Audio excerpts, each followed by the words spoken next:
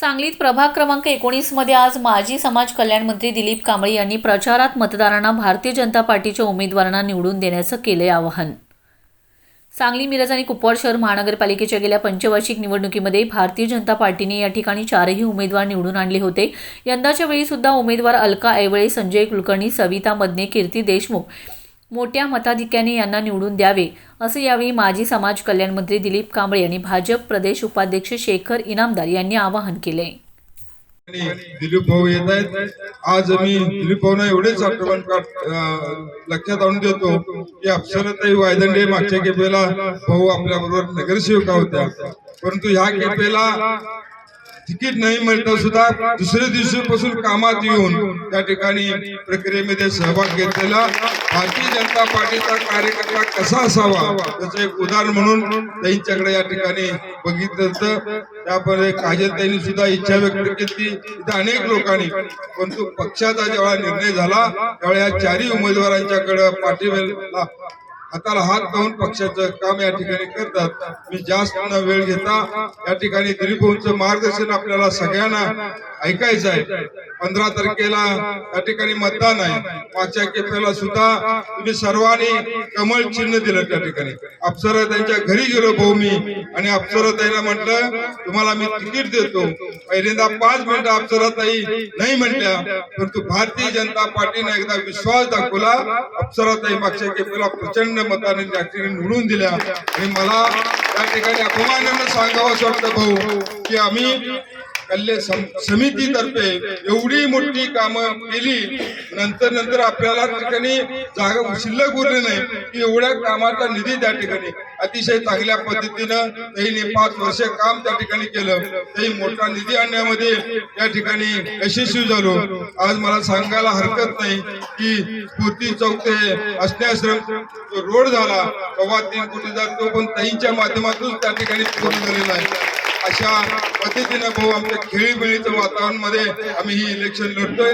आपण आलात, मला खरोखरच चांगलं वाटलं की आपल्या मनापासून स्वागत करतो आणि आपल्याला मार्गदर्शन करावं अशी मी विनंती करतो। पुढच्या वर्षी आणि नगरसेवक नाही झाले तर पक्षात पद मिळेल। शेखर भाऊ युवा मोर्चामध्ये नाव ठेवा, काही आहे पाटील सगळे एवढी मंडळी आहेत, काय काळजी करताय? पक्षाचं लक्ष असतं कार्यकर्त्याकडे, तो कार्यकर्ता कसा काम करतोय, त्याचं काय आहे, किती वेळ देतो पक्षाला, आणि पक्षाचं लक्ष असतं। आज नाही दिलं तर ठीक आहे, पुढच्या वेळेस देतील। इथं आमदार मंत्री असताना 19 साली मला सांगितलं थांब, मंत्री होतो थांबवलं, म्हणलं थांबवलं ठीक आहे, पण कोणाला देणार तिकीट? पार्टी ठरवलं, आणि पार्टी म्हणली नाही तर तुझ्या लहान भावालाच उभं करायचं। म्हणलं करा, म्हणजे लहान भाऊ काय अजून कुठल्या कार्यकर्त्याला उभं केलं तरी मी निवडून आणलं। तो निवडून आला, 19 ला निवडून आला, 24 ला निवडून आला। म्हणलं ठीक आहे, मी पार्टीचं काम करत राहील। पार्टी महत्वाची, पहिलं राष्ट्र, नंतर पार्टी, आणि 3ऱ्या नंबरला मी पणा अजिबात करायचा। शेवटी देश वाचला तर पार्टी वाचल, आणि पार्टीचं असू तर राहिलं तर कार्यकर्त्याचं, नाही तर माझ्या कपाळावरचं कमळ काढून टाकलं मला कोण विचारते? एवढी लोक कुठे जमतात? मी जे सगळे आता इथे जमलं मला ऐकायला, ते भाजपचा कोणीतरी कार्यकर्ता येणारे म्हणून थांबले ना। असंही उद्यावर दिलीप कांबळे, कोण दिलीप कांबळे? काही बरोबर की नाही? आणि म्हणून पक्षात काम करत राहणाऱ्या कार्यकर्त्याचा मान सन्मान ठेवणारे आपण सर्वजण आहोत, आणि पक्षाचे नेतृत्व एक योग्य वेळी संधी देतं।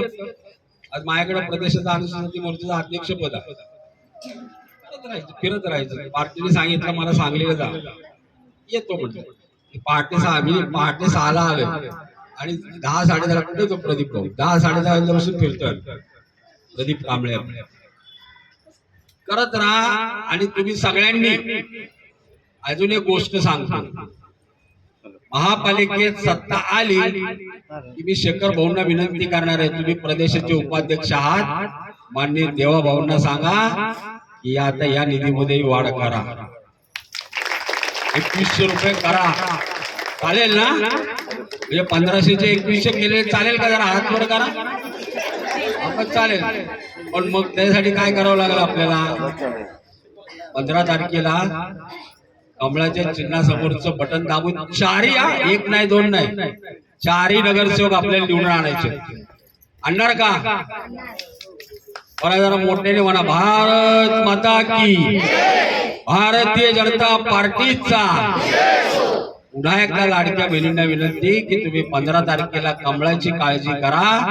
पुढची 5 वर्ष आमचे नगरसेवक सगळे तुमची काळजी करतील आणि तेव्हा भाऊ खंबीरपणे तुमच्या पाठीचे. खूप खूप धन्यवाद. जय हिंद, जय महाराष्ट्र, जय भीम, जय लहुजी.